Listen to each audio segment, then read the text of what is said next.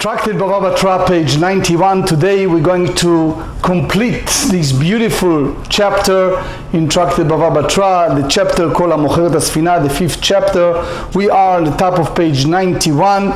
Today we're going to talk about mainly Book of Ruth. I assume many of you read or have a chance to see in part or in full the book Ruth Talk. I put a lot of effort in this book, and big part of our learning today is written here in this edition. Anyway, the idea of leaving Eretz Israel, leaving the Holy Land, in order to be in Chutz La'aretz, outside of Israel, it's a heavy subject, I believe, to many of us, as well as myself. Obviously there are exceptions, there are reasons that it's permitted. We're going to discuss when and where and how one allowed to leave Eretz Israel and go elsewhere. We're going to also discuss the idea of fair market price, in the sense of a seller, buyer, what is right.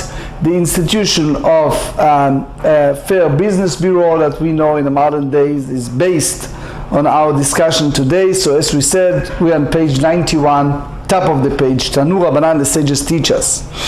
Ein mistakrin be'eretz Israel.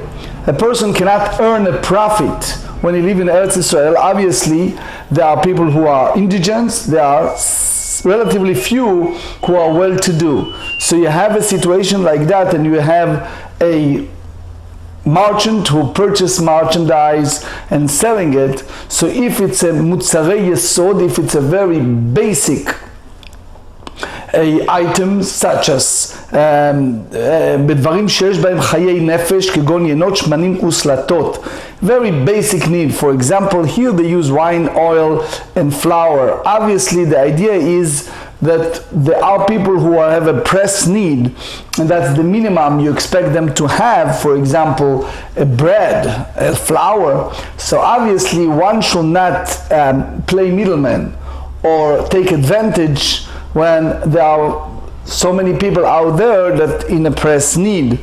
So if you can buy it in a sense that you just buy it and sell it, or get it originally from the market and sell it, that's the proper way. But if you have a middleman and as a result you increase the price, that's a problematic. The Rashbam added to that, and he said, look, you have a situation modern day. You're selling a regular bread, and you have high quality whole wheat with a special seeds, all kind of things that they sell like here in the Whole Food stores. So obviously those breads are more expensive. But in general, when this is a very basic sustenance for people, you should try to keep the price at the minimum so everyone can buy it.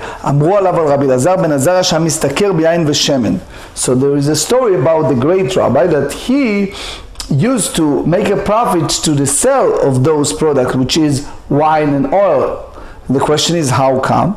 So they said, "Beyain savala ke Rabbi Yehuda, beshemen ba'atrid Rabbi Lazar ben Azar shachiach mishcha." So he said, when it's come to wine, he holds the same as Rabbi Yehuda. And we explained yesterday that Rabbi Yehuda said, "I wish in Eretz Yisrael that they don't sell wine at all."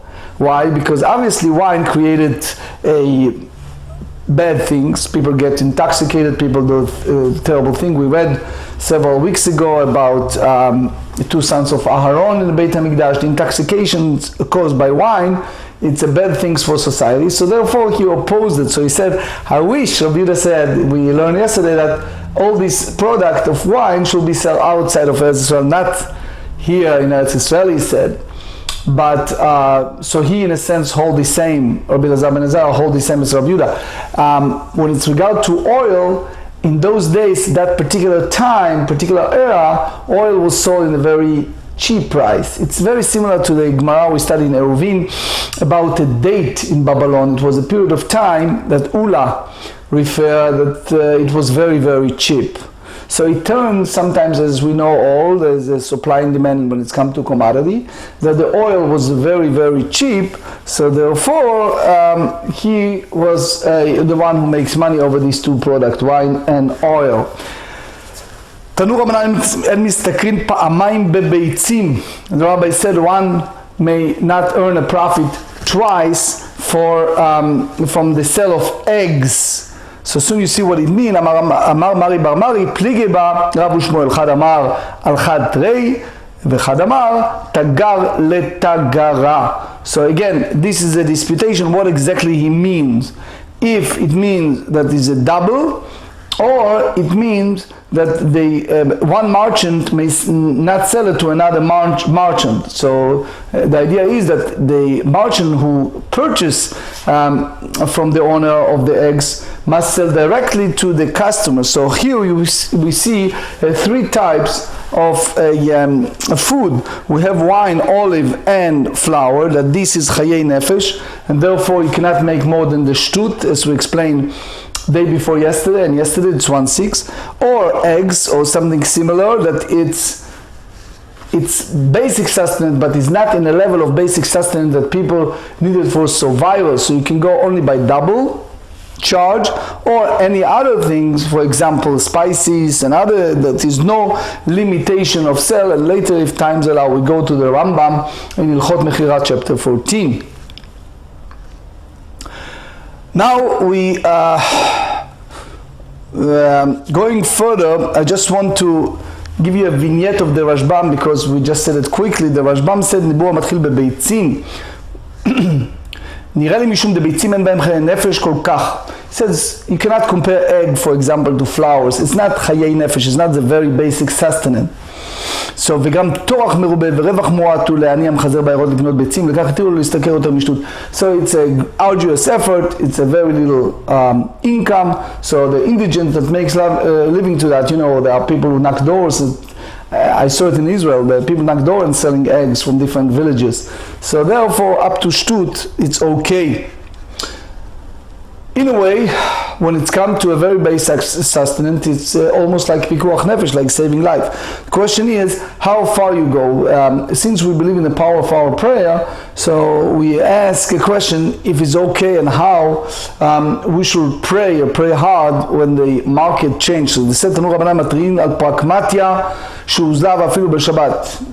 We play fair, meaning we're not always for the customers, we're sometimes for the merchant. We need the merchant, we need them even to make money, because otherwise there's no motivation to do business transactions and sell product for us. So if it turns, unfortunately, that the market change, and the market change in a sense that the Yad Ramah explained that is no reason for the merchant to go out and work. Just come to my mind an example. I assume that you remember those days that disc CD was expensive. Nowadays is nothing, especially in the era of the technology and internet. Most of the people don't use it. I saw new cars, 2016, 2017, even the upcoming 2018. They don't have any more CDs on those cars. They use AUX or other items that you direct from your iTunes or other sources to hear music or to hear lecture or whatever you want while you're driving. So those CDs that used in the past is like the ancient cassette. And people don't use it. So imagine a merchant that used to make a living for selling CDs. So he's now stuck. It happens in many things that you used to have a manpower, you need to have employees. Now all of a sudden it's all computerized, so you need less and less people. If you notice, in Israeli army, a friend of mine told me, it's a huge change. He's a colonel, and he told me that they reduce, it used to be 3 years service, now I think it's about 2.5 years. And more. The whole idea that things change because of technology is just an example. It changed the whole system, changed the market. More people are in need for employment. One person can do several jobs, etc. So if that happened, even on Shabbat, because we want the merchant as well to make a living, that was the essence of making a living. So if it was a flax in Babylon or wine and oil in Israel, so that's the example. When the market totally saturated and the fluctuation of products was, in other words, is so cheap and the merchant hardly make a living, אמר רב יוסף, והוא דגזל וכעשרה בשיטה.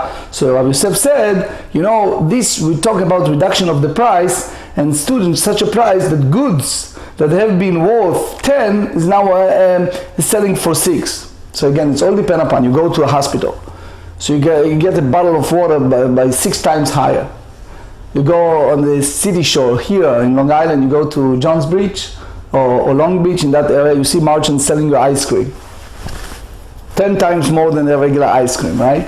So, or watermelon or whatever it is, that's people agree that, you know, you want it there, you pay more. But in general, when you have a situation like that, that item change in such a situation that they either for the saturation of the market because it's supply and demand or other reasons, then you can go ahead and pray and martiin. 7 Braita, and the last one said, now we talk about the sensitive subject of leaving Eretz Yisrael to Chutz La'aretz. תנו רבנן יוצאים מארץ ישראל לחוץ לארץ, אלא אם כן עמדו שעתיים בסלע. So they said, in general we don't leave Eretz Yisrael, but if there are several exceptions. Here is one of them. If the market turned to be that the price of 2 selah gain of grain stood for 1 selah, which is a double its usual place, that's a different story. It's almost like poverty, the story we read in the book of Bereshit, how our ancestors need to leave. אמר רבי שמעון, מתי בזמן שמוצא ליקח, אבל בשמוציא ליקח, אפילו עמדה שאה בסלע אינו יוצא. לא יצא. So again, he said that this is when one is unable to find produce to buy. But if one has the money and able to find the produce, so even if in that price, selah of grain stood for selah, a person should not leave. So the way that Rashi explained in the book of Bereshit, chapter 45, verse 11, he said, "V'chilkati otcha sham." That's the talk of Joseph, his brother's father. כי עוד 5 שנים רעב פן תיברש. תיברש, the Ibn Ezra, the Ramban, the Rashi said that that's לשון מיתה. That אני חשוב כמת, if a person has no food, is like in level of indigeneity, that he is like dead. So Rashi explains is לשון עניות. The same here, that it's a concern that a person can die in poverty. The Rambam also in the 5th Perek Tilchot Melachim explained that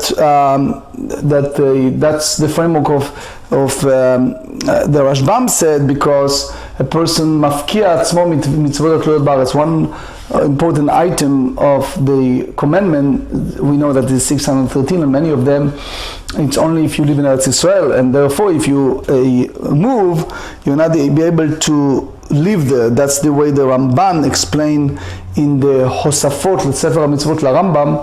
He said מצוות הסדלת שמבטל מצוות יישוב ארץ ישראל. Again, there is a lot to say. Chokhmat Adam said that it's because that it's reduced the inhabitants. Anyway, there are many reasons. So anyway, the Gemara said here, וכן היה רבי שמעון בן יוחאי אומר, אלימלך מחלון וכיליון, גדולי הדור ופרנסי הדור היו, במתם הנענשו בני שיצאו מארץ לחוץ לארץ, שנאמר, ותהום כל העיר עליהם ותאמרנה הזאת נעמי. מה היה זאת נעמי? אמר רבי יצחק, אמרו חזיתם נעמי שיצאת מארץ ישראל לחוץ לארץ מעלתה לה. So he said in my book Root Talk, I elaborate a lot in that story, but in general the idea is that it was a great man, was a judge, whose name is Elimelech, and he left with his 2 sons from Eretz Yisrael. They called them Machlon v'Kilion. Soon you see that that's not the real name.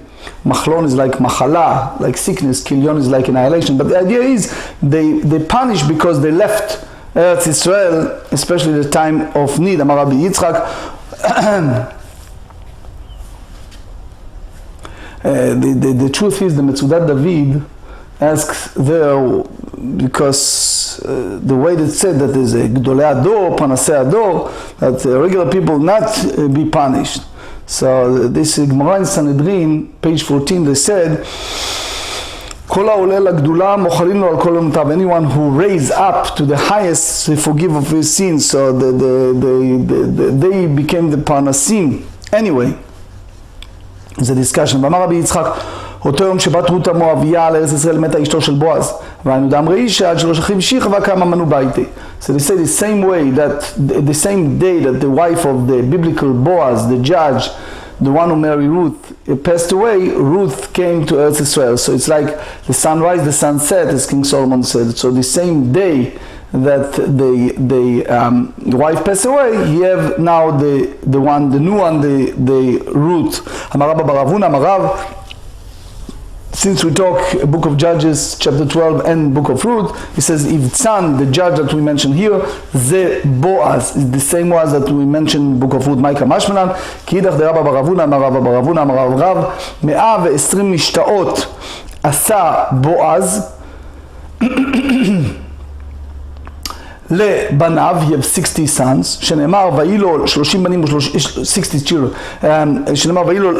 בנים ו30 בנות, שילח החוצה ו30 בנות הביא לבניו, מן החוץ וישפוט ישראל 7 שנים, ובכל אחד ואחד עשה 2 משתאות, אחת, that's engagement party בבית אביו, ואחת, the marriage celebration בבית חמיו, ובכולם לא זימן את מנוח, because he have no children.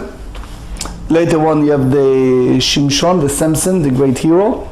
So Amar Kudna Akara b'may par'ali. So he cannot give back in a sense. Tana v'chulan metu b'chayav. All these sons died during his lifetime. Vaynu damri sheb'chayach derat shitin, shitin lamalach ichpal volidchad demishitin zariz. So that's the whole idea of a person. Even you reached a advanced age, you should have children because you do not know which one is going to supersede and be the real one that you basically have the continuation. סימן מלך אברהם 10 שנים שנפטר נדסה לבדו, that's abbreviation. אמר רב חנן בר אבא אמר רב, אלימלך וסלמון ופלוני אלמוני וערבי נעמי, כולם בני נחשון בן אמינדב. So here we have all this name. So Nachshon was a president of the tribe of Yehuda, as we read in the book of Bamidbar, chapter 1, verse 7. And Salmon, that was the father of Boaz, that's the book of Ruth, chapter 4. And Ploni Almoni, that's the closest relative that refused to marry Ruth. And basically he paved the way for Boaz to marry her. As we said, it's a lot and it's a simple writing. If you have the time, read it. Anyway. Maika Mashmanan, and this is frightening what they said here. They said שאפילו מי שיש לו זכות אבות אינה אומרת לו בשעה שיוצא מארץ לחוץ על הארץ. That even someone who have such זכות אבות, that אלימלך from נחשון, מחלון וכליון, grandson of נחשון, both mother, father, the Yichus, but when it's come to this, to leave Eretz Israel, the Yichus Nachshon, the Gemara in Sotah 36, he jumped to the water, Kirat Yam Suf. When it's come to this, because the Avot, the ancestor, is connected to Eretz Israel, so that's one connected to the other, that's the famous Maharal. Obviously, there's a lot to discuss how and what. I just want to mention a vignette from the Pnei Menachem, the great former Gemarrah Rabbi. He gave me a skoma to one of my books. He was a great man. So he said, the minag to make a special mishteh b'Shabbat, special su'udah on Shabbat after huledet habat, after one has a daughter, that's in the Sefer Pnei Shabbat. He said that that's the source from here. Amar Rab Chanan bar Rava, Amar Rav imei de Avraham amatlai bat karnevo.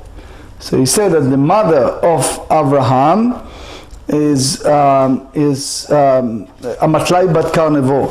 So the Khatam Sofer elaborates and he said, why do we care for the name of the mother of Avraham? So he explained, based on the Gemarrah in Sanhedrin 99b, that it was those heretics that came out with all kind of idea what the Torah said, V'achot lo tan timna, was that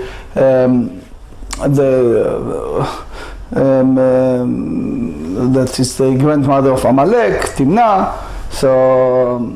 So he explained that that's the reason, the mention here. It's a Sugyot Khatam Sofer Siman Yud. Anyway, the Seder Adorot is another book well known. In Elef Taf Kuf Memchet, he explained that the Terach was the Gilgul, the transmigration of Iyov later on, and Terach was repaired, the Tikkun, by the Yisurei Iyov, by the suffering of the Job. So the same way the Amatlai bat Karnevo, that the mother of Abraham, she was transmigrate toward Hannah and the 7 sons, that they die al Kiddush Hashem, they die of the sanctification of God's name, that they don't worship idol. So she said that Banai lechu, my sons, go and don't worship idol and die. So in a sense, she said to Avraham Avinu, Ata akadta akedah, that you bind your son Isaac, and Va'ani akadati shiv'a akedot, and I bind my 7 sons. She jumped from the roof and died, well known. So that's basically was tikkun, again transmigration of the neshama of Hannah and Shivat Banea, is that neshama of Amatlai bat Karnevo, the mother of Avraham Avinu. That's the Seder Adorot. He brings that he brings a sgula that one should say 7 times Amatlai bat Urveta, that one can overcome his enemy, or 7 times Amatlai bat Karnevo. So that's like a formulation of sgulot. You see it a lot in the great Rabbi Mordechai Sharabi's book and other books as well.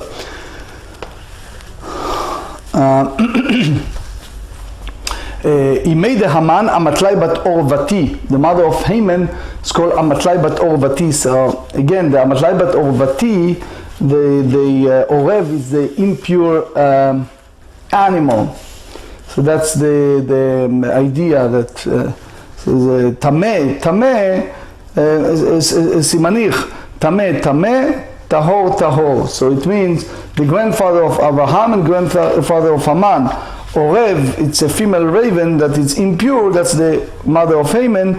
Karnevo, Karim, Kvasim, it's pure, that's the Gaon Aderet, in his book called Megillat Simanim, he explained that he made Abraham Amatlai bat Karnevo, he made Haman Amatlai bat Urveta, that he explained that that's the essence, the spiritual essence of these two opposite entities, Abraham versus Haman. The Yoni Yaakov said, and I'm just quoting Yoni Yaakov word by word, Ki orev hu rosh lechol of tameh ki dichtiv kol orev lemino. The raven is a very orev achzari al banav, that is a cruel animal to its children. וכן אמר achzar al banav שנתלו כולם עבורו ואכלו מורבים. The same Haman, all his sons were hanged, and the ravens ate them. וקרנבו ששם היו אלים מובחרים כדאמרין על כוללי נוויות שבעולם, וכן אברהם היה ראש לכל אבות העולם. So basically you see here that the difference that Abraham was the forefather of the world, and they show the contrast between the two in that beautiful midrashic way. He made the David ניצבת בת הדאל שמה, he made the שמשון צלפונית ואחתי נשיין. So here again we have here those names. So just again צלפונית, the Marshal said והוא טוב מפני רוח רעה. Again it's like almost like an amulet that against לכבוש את השונא. It says 17 פעמים המטלאי בת קרנבו, 17 פעמים המטלאי בת אורבתי נצח במלחמה. It's all kind of סגולות, but צללפונית, the Hasidim of the Jose of Lublin. Jose of Lublin was a great Hasidic Rebbe. Unfortunately, all his children died when they were very young. So that Hasid came before the Jose and he asked for his son. So the Rebbe said, next time you have a son, you call him one of those names in Parashat HaShavua.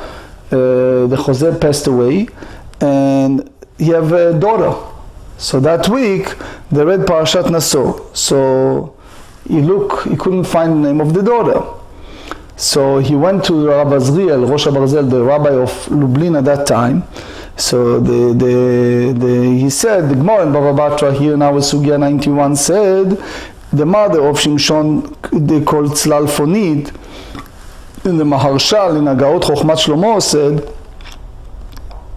the Tov mipnei ruach ra'ah.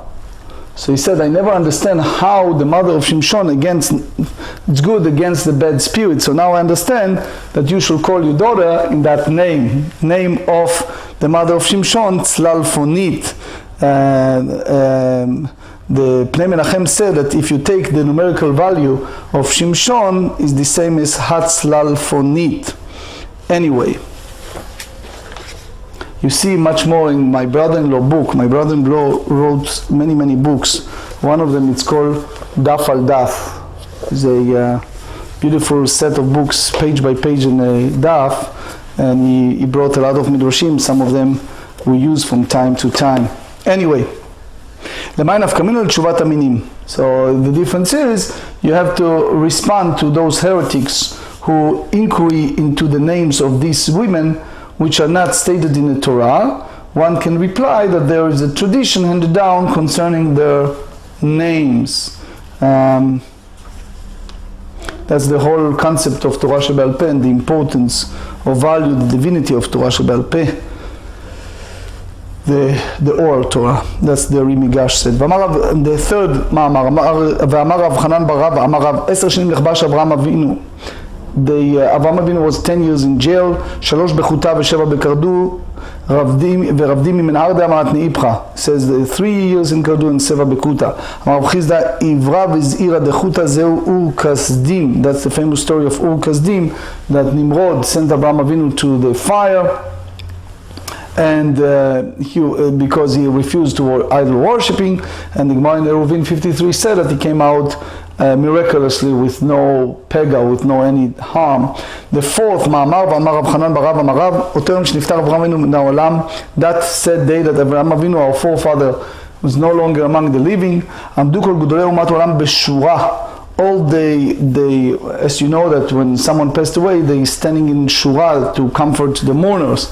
So the originally was that the mourners would stand in line, and the people passed by them. But the Gemarrah in Sanhedrin, page 19, said that the opposite. So Abraham was such an influence on his community and his generation that even that very day, the whole world was shaking.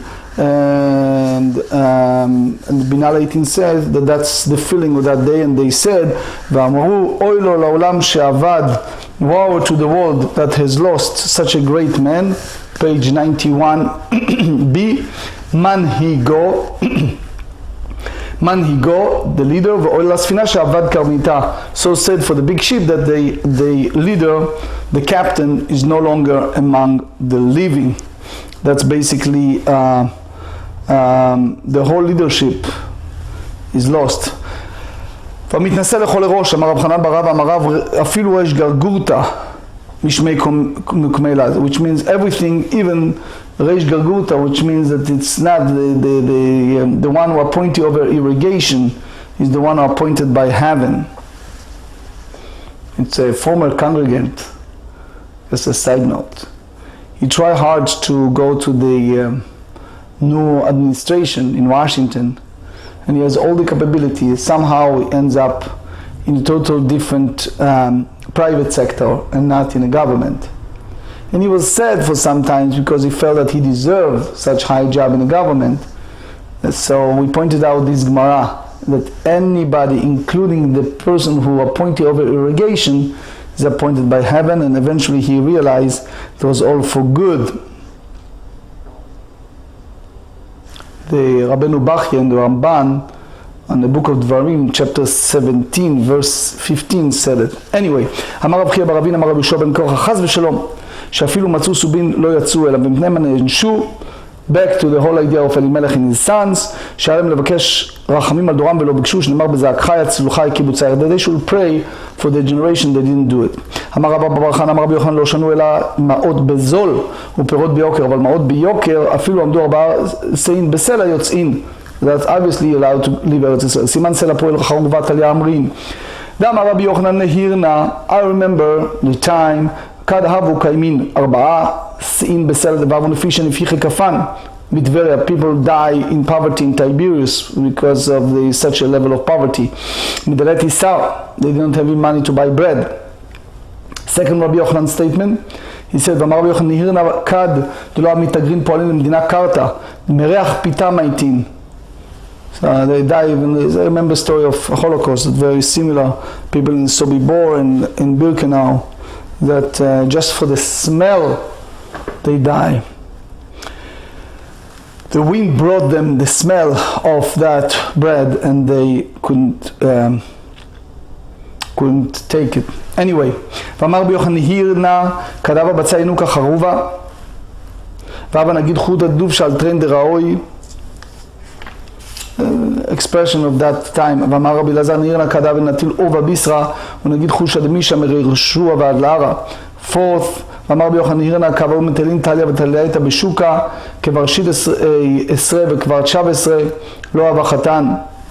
So he speak about the descendancy of his time, even in the spiritual sense. Anyway, ואמר רבי יוחנן הירנה כדב אמרין בי מדרשה, דמוד לא נפיל בידיעון, דמיד חרצון דלית דילהון. So I remember that they used to say in the Beit HaMidrash that one who agrees with the idolaters falls into their hands, and that one who relies on them sees that which is his becomes their. Now back to the story of Machlon Kilion. Now the Divrei Yamim, the Chronicles said Yoash Vesaraf, different name. Again and again and again. I have a lot of writings over the names in this book. רב ושמואל חד אמר מחלון וכליון שמם, למה נקרא שמם יואש ושרף? יואש שנתייאשו מן הגאולה, is the real name because they gave up hope. שרף שנתחייבו שריפה למקום, they deserve to be burned.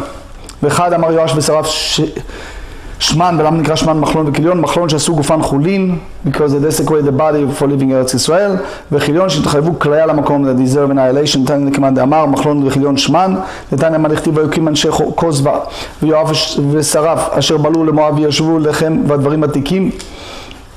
They want to imply, ויוקים זה יהושע שהקים שבוע לאנשי גבעון, ואנשי בוזה לאנשי גבעון שכזבו ביהושע, they cheated Joshua, ויואש ושרף אלו מחלון וכליון, ולמה נקרא שמן יואש ושרף? יואש, the same way, שנתייאשו מן הגאולה, they gave up hope for salvation. שרף שנתחייבו שריפה למקום, they deserve burning, אשר בעלו למואב שנשאו נשים מואביות, because they married Ruth and Orpah, they are Moabites. Some say that they are daughter of Eglon. Anyway, וישובו לכם זו רות המואביה ששב ונדבקה בבית לחם יהודה, because she was a convert, a real sincere convert, and even she wasn't originally from the tribe of Yehuda, you have implication, the Rashbam said that the descendants will be a tribe of Yehuda, והדברים עתיקים, דברים הללו עתיק יומי אמרן, which is the Almighty, דכתיב מצאתי דוד עבדי, וכתיב שתי בנותיך הנמצאות. Took me many hundreds of hours, but I did in this book a special chart, and in that I don't know how much the camera can show it, but here you have a chart of from Terach, Abraham, Sarah and Haran told Lot, told Yehuda and his son how Ruth and Boaz get married, and hold the chart of the family. It's a lot based on this Gemara. So one of the reasons that Shmuel wrote this book of Ruth, it's to clarify the descendancy and the lineage of Amelech David. הם היוצרים ויושבי נטעים מוגדרה עם המלך במלאכתו ישבו שם, הם היוצרים לבני יונדב בן רבב שנצרו שבועות הווי ויושבי נטעים, וזה שלמה שדומה לנטיעתו ומלאכותו הוגדרה זו סנהדרין שגדרו פרצותיהן של ישראל, עם המלך במלאכתו ישבו שם. זו רות המואביה שראתה מלכות שלמה בן בנו של בנה, that she was merited to be present, some said 400 years, but anyway she was merited to be at the inauguration of her great grandson King Solomon. וישם כיסא לאם המלך, they said in the book of Kings chapter 2 that they put a special chair in honor of the mother of the king, ואמר בלעזר לאימה של מלכות, that Ruth, that was the great grandmother. תנו רבנן ואכלתם מן השבוע הישן. So we back the whole idea of פירות ארץ ישראל, the produce of Eretz Israel. So they said it was a time that was a famine in Eretz Israel, so the end is the time of prosperity. That's the conclusion of the chapter. תנו רבנן ואכלתם מן השבוע הישן בלא סלמינטון. So my בלא סלמינטון, אמר רב נחמן, בלא רצינתה. So Rav Nachman said without worms that consume the produce. ורב ששת אמר בלא שדייפה, said without blight, which destroy the taste of the produce. תנא כבדי דרב ששת, תנא כבדי דרב נחמן, תנא כבדי דרב נחמן, ואכלתם ישן, ייאוש ישראל מצווים לחדש מפני ישן שקלה, תלמוד לומר עד בוא תבואתה עד שתבוא תבואתה מאליה. תנא כבדי דרב ששת, ואכלתם מן התבואה הישן, יכול יהיו ישראל מצווים לחדש מפני ישן שרע, תלמוד לומר עד בוא תבואתה עד שתבוא תבואה מאליה. So it means until it is fully ripe and they do not need the old produce. So the old produce will last until then, it will not become warm, infested. That's basically the view of Rab Nachman. תנו רבנן ואכלתם ישן ושן, מלמד שכל המיושן בחברו ויפה מחברו. Like old wine, right? ואין לי אלא הדברים שדרכם לישנם. For example, wheat, for example, wine. דברים שאין דרכם לישנם, like produce, that shortly afterward, I noticed in the Whole Food store, that like every second day they take away all the produce, they give it away. It's like easily being worn out. מניין, תלמוד לומר ישן ושן מכל מקום. וישן בני חדש תוציאו ולמד שהיו צרות מלאים ישן וגרנות מלאים חדש, והיו ישראל אומרים איך נוציא זה מפני זה. אמר רב פאפא כל מילי עתיקה מעלייה. He said that the old statement, everything that is old is superior in quality to the new, excluding one, לבר מתמרי ושכרה והרסנה, excluding date, liquor and small fish, which are better if they are fresh. הדרן הלך המוכר את הספינה. We just completed this beautiful chapter 5. May Hashem give us the strength to carry on and continue.